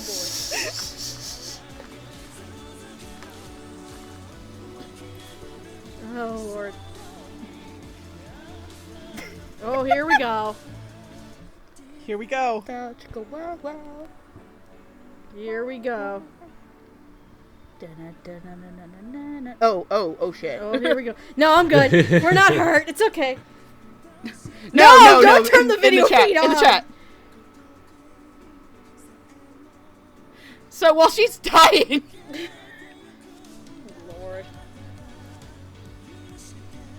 Steph, seriously though, in the chat though, Zen's gotta leave in like 15 minutes. Okay, am I good yet? He's Yeah. leaving, he left the room. Am I good? Oh no, you're almost there! That was the best part! He was so cute. Oh no. No, get to it! And then we're gonna just rapid fire.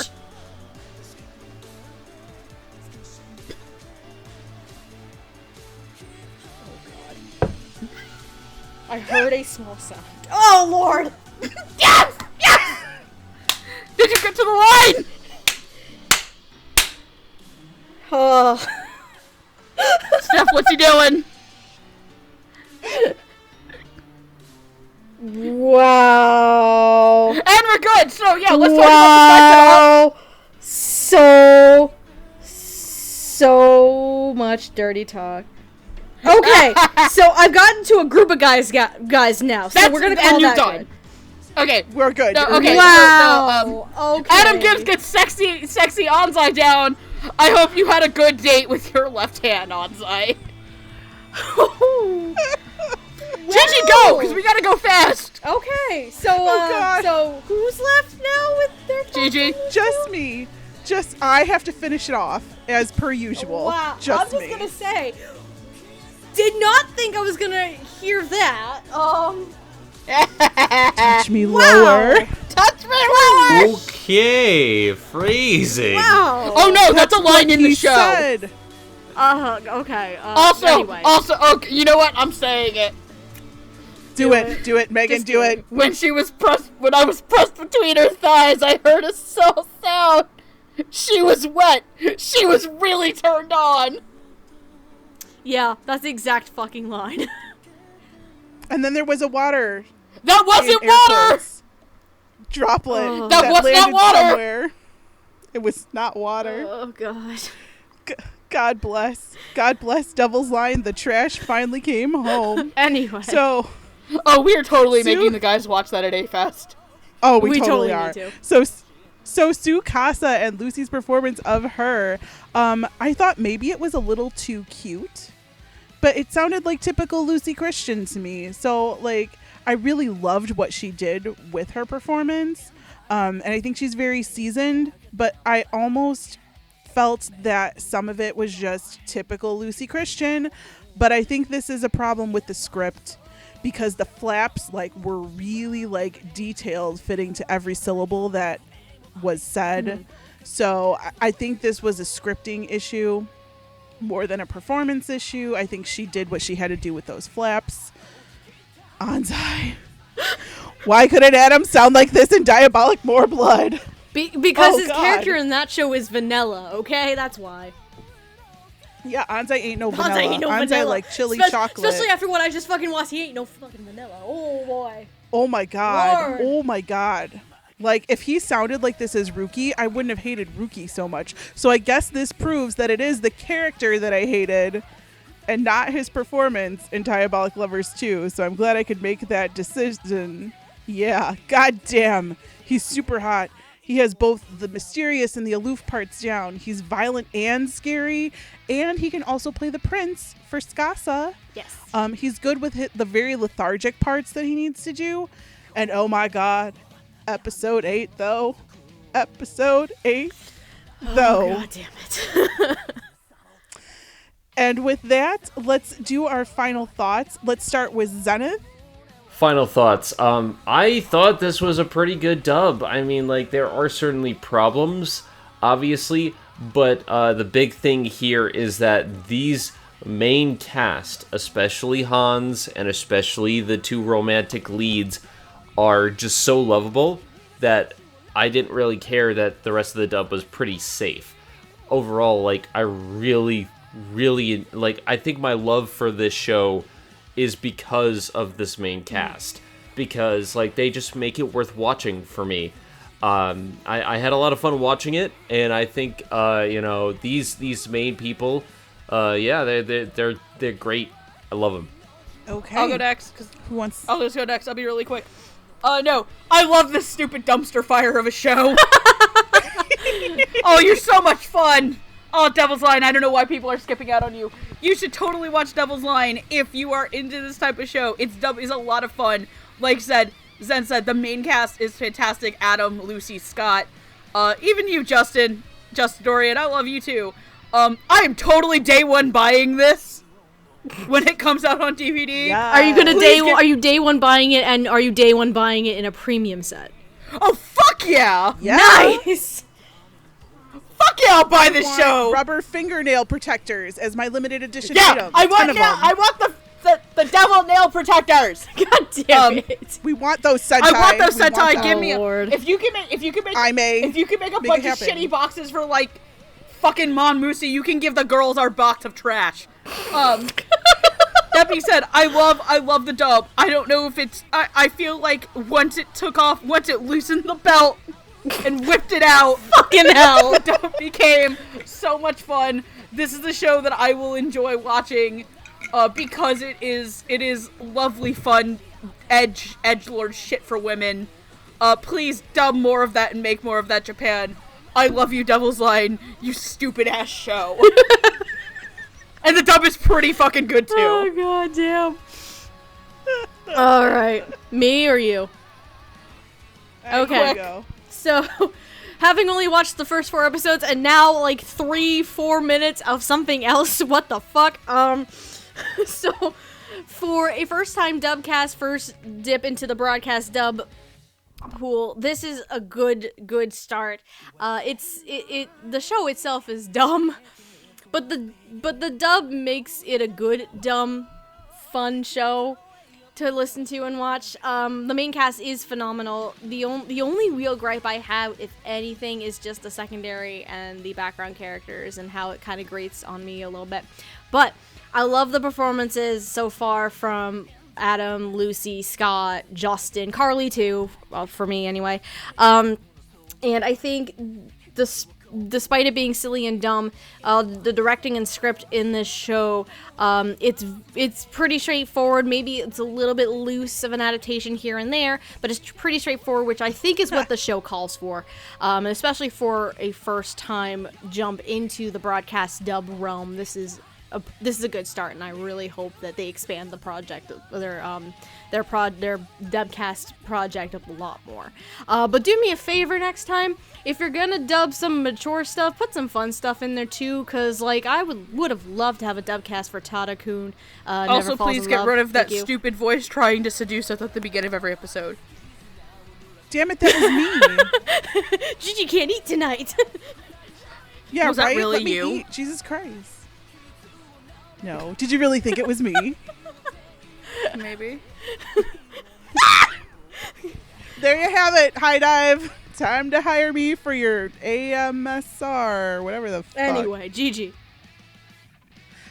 Devil's Line. If you like shoujo trash like me, I went into this thinking this was going to be like Twilight.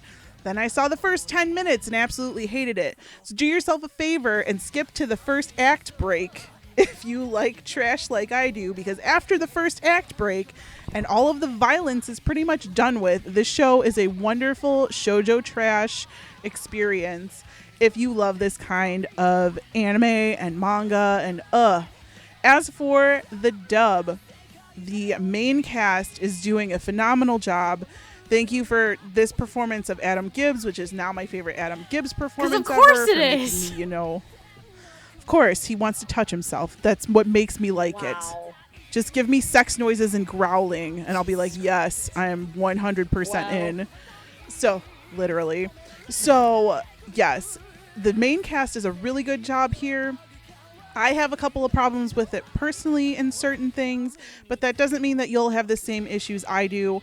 I think that for the very first dub cast, because this was the first one, they're doing a pretty good job. I hope that their pool continues to expand and that they do continue to do more. I really would suggest, however, watching a little bit in the Japanese first before you watch the dub to see which one you'll like better. And also, if you watch episode 1 in Japanese, you get to hear Baby Sho be the vampire that bites it. So that is all we have to say on Devil's Line. How can people watch Devil's Line? Quick like a bunny. If you want... Quick, like you're in a stairwell. God damn it. Oh God, hurry. If you would like to watch Devil's Line, you need a High Dive subscription. You go to highdive.com. This is basically the Sentai streaming service. For $4.99 a month, you get access to their dubcast along with almost all of Sentai's back catalog. And some other stuff that's coming over. All their new dubs are going to go basically on High Dive first. So $4.99 a month, you can get that. If you would like to watch it subtitled, you can also only watch it on High Dive. So High Dive is the place to go for all your Sentai shows. I don't believe you don't need a subscription to watch the Japanese, if I'm correct, though, right? Just the English dub. I think you're just the English dub. No, wait. Because it's a simulcast, you might need something. Maybe. I don't remember. I think right now it still works. Use Anime Next 2018 and you should get a free month. There you go. Free month. Anime Next 2018. Do it and binge all of Devil's Line in like one day like everybody else did. As for Dub Talk, if you want to follow us on social media, you totally can. We are here at YouTube, Dub Talk Podcast. Subscribe, ring the bell, all that kind of stupid stuff. Like this video. I don't know. I hate saying ring the bell. You can also follow us on Twitter, Tumblr, Instagram, Twitch at Dub Talk Podcast. All of those. Yes. Right? Correct. That's it. For now. Anything else? Yes. For now. Dun, dun, dun. And if you would like to follow any of us on social media, Zenith can be found at Zenith Will Review on Twitter, and Zenith Will Rule on YouTube. Stephanie, this is her strike turn. that. Okay, I'm dumb. Yeah, it's Zenith Will Or B, sorry, you can just Willy do Wonka. it yourself. You're here. Do it. I thought you were gone. Yeah, you can follow me on Twitter at There Zenith it Will is. Rule and on YouTube at Zenith Will Review. Cool. Okay, Stephanie. I am on Twitter at Lilac Anime Review, with review being spelled REVUE, because I am weird like that. Well, mostly because Hardy suggested it, because I couldn't fit the normal way to spell review in there. That's it, basically. Megan A. Follow me at Quinera2. I shitpost. That is Megan. I shitpost. And you can follow me on Twitter and YouTube at Animepalooza, where I talk about boys and trash, just like we did today. Send her pictures of Natsuki and Cecil. No! I hate Natsuki and Cecil. Nobody likes them. Oh God, I'm gonna get hate comments again. Never mind. They're great, good boys. All the Udapri boys are good boys. Oh boy, here we go. Get me out of this episode. I think I have to go out in the hallway. I have to leave. Is there anything Otaku on, else? my friends. Thank you guys for joining us for Ladies' Night. Jack on. Jack off. God Love you. damn it. Jack on, jack off, Onzai. Use your hands, I Hans. fucking quit. What is going on? Otaku Love your on, faces my and friend. other places. You guys so much. Did you just love your faces and rub your places? I did say other places, but rub your places is way more funnier. God damn it. Good night. Good night, everybody. Night.